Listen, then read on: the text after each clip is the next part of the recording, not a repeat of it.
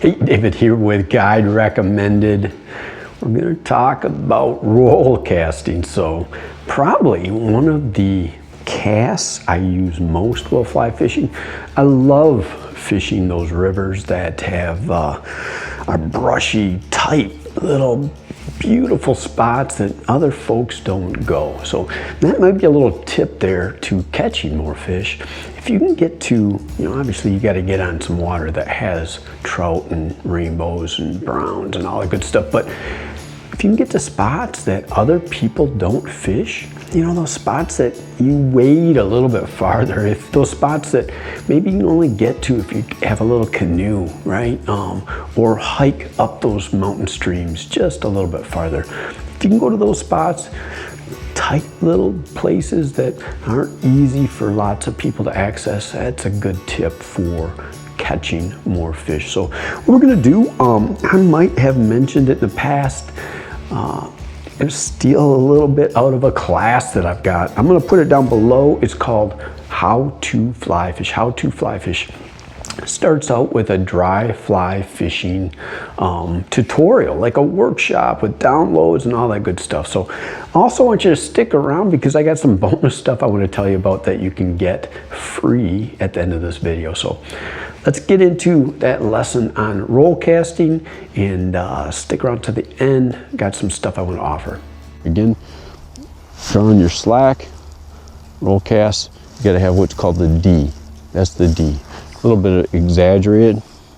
I don't have much line out there, but you draw it back slowly, form this D, and then you're gonna punch it out a little bit more because you're not using that back cast to put a bend into the rod. You're using the friction of the line on the water to get that bend into the rod.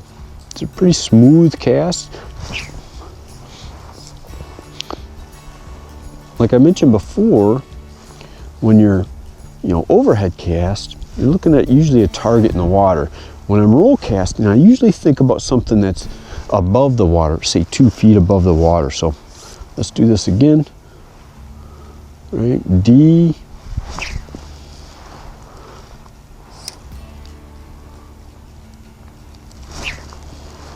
D. So in a strong current, you have to roll cast parallel. So rod is here, my current is flowing, my line needs to be here, right? If you cross, meaning my line is over here and I'm casting this way, it'll monkey up this cast. So let's get this out here. This rod is nice for roll casting.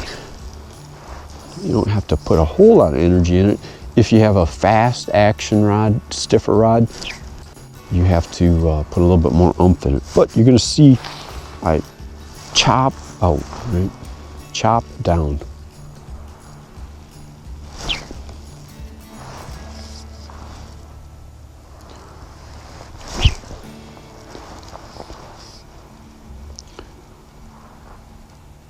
D. And you can get this, say you're a slight over, side angle, a little bit tougher. You don't put as much bend in the rod that way. Works best if you got, up over your shoulder. You're able to get a good chop.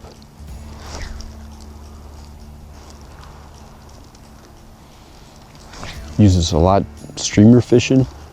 You'll use it a lot nymph fishing and dry fly. It tends to, drag a dry fly under, but still effective, particularly, in those brushy situations. Now, I've got the line over here, and I wanted to cast over there. Best thing to do, switch up shoulders, right? So my rod was over on this side. Again, trying to keep the line parallel. I'm this way, and I want to go this way.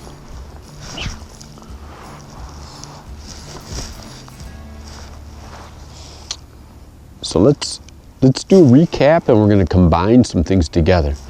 So, all right, and then next up is our roll cast. Again, form that D, D. All right, now I can combine things, right? Say you got a streamer down,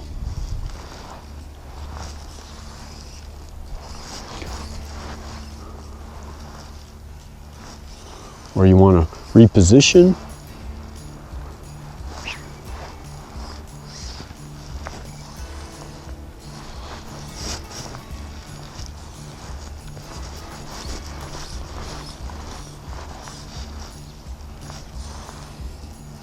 So that is casting. Remember, thumb on top, a good strong grip.